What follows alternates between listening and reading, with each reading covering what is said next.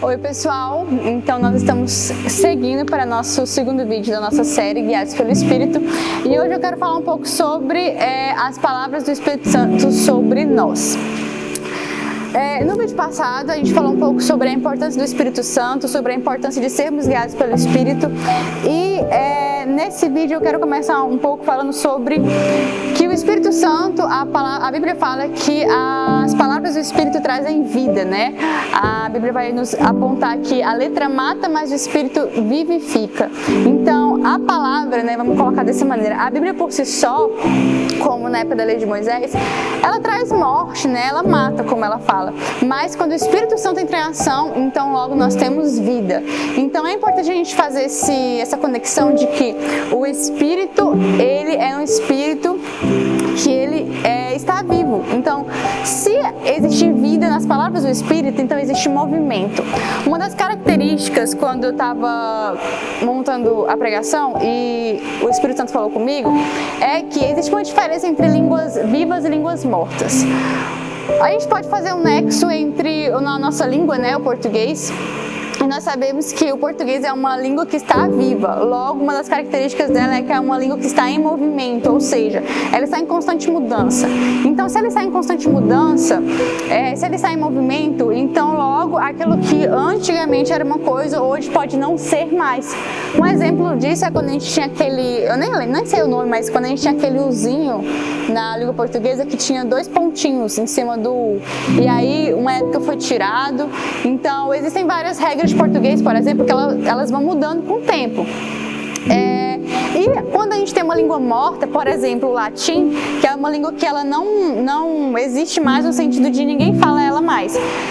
As línguas mortas, uma das características dela é que elas não mudam, porque tudo que elas foram, elas já estão, então elas morreram, então elas não estão mais em movimento, elas não mudam mais. Por exemplo, o latim, hoje em dia ele é utilizado apenas para fins de estudos, né? Quando a gente vai ver algum documento antigo, ou estudar alguma coisa da história, mas ele não é usado para comunicação efetivamente em si.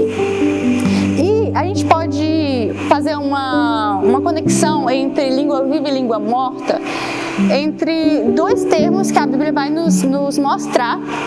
E esses 2 termos, eles estão entre rema e logos. Esses termos, eles são vistos na palavra quando você vai estudar mais a fundo, né? Nós sabemos que o Novo Testamento, ele foi traduzido, né? Ele foi escrito, na verdade, traduzido não. Ele foi escrito em grego e em hebraico. Então, algumas palavras, quando a gente pesquisa mais a fundo, a gente vai lá na origem da palavra mesmo, a gente consegue ver diversas traduções não, mas diversos termos para a mesma palavra. E uma desses termos é quando nós nos referimos a palavra. E existem dois termos para poder falar sobre isso. Então, tanto rema quanto logos se referem à palavra. E a gente pode ver isso mais especificamente quando a gente vai ler 2 versículos em específico. Eu vou ler aqui João, capítulo 14, versículo 23, que diz assim: Respondeu Jesus: Se alguém me ama, guardará a minha palavra. Quando a gente vai ver o termo utilizado para essa palavra aqui nesse versículo, a gente vai encontrar o termo logos. E quando a gente vai ver a tradução desse logos no grego, uma das traduções é a palavra decreto. Então, logo significa, uma das traduções é decreto. Agora, se a gente for para outro versículo da Bíblia, a gente for em Lucas, capítulo 1, versículo 38, a Bíblia diz assim: Então disse Maria: Aqui está a serva do Senhor, que se cumpra em mim conforme a tua palavra. Quando a gente vai ver a tradução nesse versículo, não fala mais logos, e sim se traduz rema. E rema, uma das traduções de rema é aquilo que alguém falou. Então, para o mesmo termo, nós temos 2 coisas diferentes para poder utilizar. E quais são as diferenças entre esses 2? Um é decreto. Então nós podemos colocar dentro desse exemplo a Bíblia. A Bíblia de Deus ela é um decreto, a Bíblia que Deus nos deixou é um decreto. A própria Bíblia fala que ela foi escrita por homens, mas inspirada pelo Espírito Santo. Então a Bíblia como nós conhecemos, de Gênesis a Apocalipse, ela não muda, tudo que tinha que estar está lá, nada vai ser retirado, nada vai ser colocado. Então ela é um decreto, nós precisamos obedecer ela por inteiro, estudar ela por inteiro, ela é perfeita. Já as palavras que o Espírito Santo fala para nós, elas podem ser consideradas como rema. Então existe muita coisa que o Espírito Santo vai falar para você que não necessariamente está na Bíblia. Por exemplo, se ele tem um chamado específico para você foi chamada para... Deus quer que você faça psicologia. Vamos colocar esse exemplo aqui. Deus quer que você faça psicologia. Você vai ler a Bíblia de capa a capa e você não vai achar nenhum versículo que vai falar: eis que te diga, eu quero que você faça psicologia. Quando você quer resposta de alguma coisa específica, tipo, você recebeu uma proposta de emprego e você quer que Deus te responda sobre isso, então você ora para o Espírito Santo te responder, você vai ler a Bíblia de capa a capa e em nenhum versículo você vai encontrar Deus falando para você: esse é o emprego que você tem que aceitar.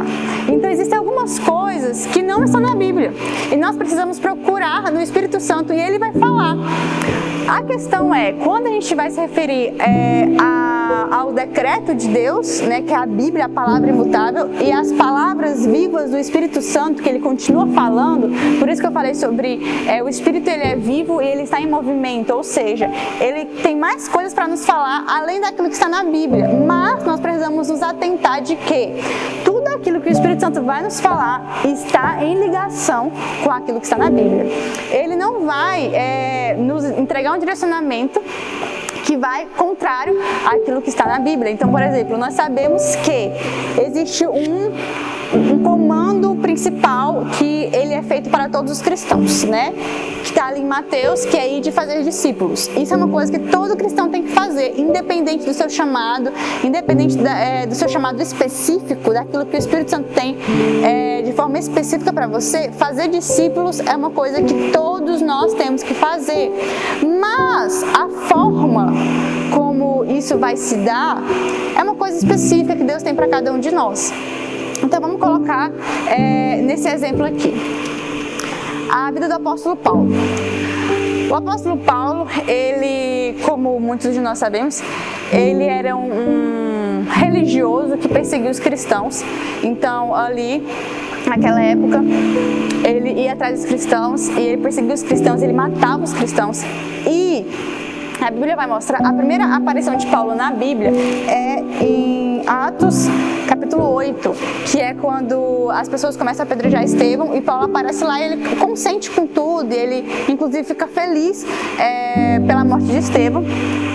E quando a gente caminha um pouco, lá no capítulo 9, vai apontar que Paulo, ele estava tão frenético em perseguir os cristãos que ele foi atrás do governo da época lá e ele pegou uma autorização para todo cristão que ele achasse, ele podia matar e podia prender. Então ele, de forma frenética, ele queria perseguir e matar os cristãos. E aí nós sabemos que ele, nesses caminhos, ali no capítulo 9, nesse caminho, o Espírito Santo encontra ele. No que o Espírito Santo encontra ele, enfim, né, a vida de Paulo é mudada completamente e tal. E aí o Espírito Santo ele fala com Ananias. Ananias era um cristão e o Espírito Santo fala para Ananias assim, que era para ele ir em tal casa, que ele ia se encontrar com Paulo e fala o que Ananias tinha que falar para Paulo. Nós sabemos que naquele caminho Paulo tinha sido encontrado pelo Espírito Santo, porque nós lemos a Bíblia, mas é importante a gente lembrar que Ananias não sabia. Então Ananias, o Espírito Santo tinha pedido para Ananias ir se encontrar com Paulo, que era um cara que perseguia os cristãos, que matava cristãos, e o Espírito Santo manda Ananias se encontrar com esse cara. Então Ananias fica morrendo de medo, porque uma coisa é a gente ler a história e a gente saber, né, tudo bem ele se encontrar com Paulo, porque Paulo foi encontrado por Deus, mas Ananias não sabia disso, e Ananias ainda assim foi lá e obedeceu a ordem do Espírito Santo. Isso é uma coisa, por exemplo, que Ananias, nós sabemos que na época a Bíblia deles era o Antigo Testamento, né? Porque na época, obviamente, não tinha o Novo Testamento. E é uma coisa que Ananias não encontrava. Se ele lesse no Antigo Testamento inteiro, ele não ia encontrar em nenhum momento Deus falando, eis que te digo, você precisa ir na casa de Paulo. Mas aquela instrução foi uma instrução específica que o Espírito Santo entregou para Ananias, para ele ir. E Ananias foi, nós sabemos que Ananias entregou uma palavra para Paulo e tudo mais. Então, existem coisas específicas que o Espírito Santo quer que você faça, que você não vai encontrar escritas na Bíblia. Nós precisamos buscar intimidade com o Espírito Santo, porque ele vai nos direcionar. A gente vê muito isso em relação a missionários, por exemplo. Sabe, quando Deus chama alguém especificamente para viver uma vida de missão, uma vida missionária, e nós sabemos que a Bíblia não nos exige isso, né? A Bíblia exige que, como eu falei, o mandamento para todos é fazer discípulos, mas não necessariamente abandona tudo que você tem e vai para o campo missionário. Mas existem algumas pessoas que o Espírito Santo chama especificamente para viver uma vida de missão, uma vida missionária, e é uma coisa que essa pessoa não vai conseguir encontrar Deus falando para ela na Bíblia. Mas, a partir do momento que a gente começa a ser guiado pelo Espírito, nós começamos a entender que existem algumas coisas específicas para nós que nós não vamos conseguir acessar se nós não começarmos a nos relacionarmos com o Espírito. Uma coisa que a gente também pode ver como exemplo é pastores, né? Então, abrir igrejas e tudo mais. Não é uma coisa que Deus pede para todo mundo fazer, não é um mandamento que está na Bíblia, que Deus quer que todo mundo abra igreja. É uma coisa que Deus tem especificamente para algumas pessoas, mas não tem como a pessoa saber se ela não buscar intimidade com o Espírito Santo, porque a partir da intimidade nós conseguimos acessar aquilo que Ele tem especificamente para a gente. Um exemplo disso é que Paulo, ele foi chamado, a Bíblia fala ali, naquela conversa mesmo entre Ananias e Paulo, entre Ananias e Deus fala para ele que não era para ele ter medo, porque Deus tinha separado Paulo para pregar para os gentios. Então, imagina só, a pregação do Evangelho é para todos, fazer discípulos é para todos, mas a Bíblia aponta que Paulo ele foi chamado especificamente para pregar o Evangelho para os gentios. Claro que a gente vê relatos na Bíblia de Paulo pregando o Evangelho para os judeus, Paulo pregando o Evangelho para outros grupos de pessoas, mas Paulo sabia que aquilo de específico que Deus tinha para ele era que ele pregasse o Evangelho para os gentios. E era uma coisa que não importasse o tanto de Bíblia que ele lesse, a Bíblia não ia falar isso para ele. Em nenhum lugar da Bíblia ele ia ver Deus falando que ele tinha que pregar para os gentios. É uma coisa que ele descobriu a partir do relacionamento com o Espírito Santo. Então o Espírito Santo ele tem coisas específicas para cada um de nós, que muitas vezes nós perdemos isso porque nós achamos que Deus salvou todo mundo e jogou todo mundo num saco e todo mundo tem que fazer a mesma coisa agora. Claro, existem coisas que são para todos, como eu falei, a pregação do Evangelho, fazer discípulos, congregar, são coisas que é para todos, mas existem coisas específicas que Deus guardou para cada um de nós, porque senão não faria sentido ele fazer cada um diferente. Porque senão faria mais sentido ele fazer todo mundo igual, tipo, todo mundo na mesma forma, todo mundo fisicamente igual, todo mundo emocionalmente igual, e daí todo mundo é salvo e todo mundo faz uma coisa só.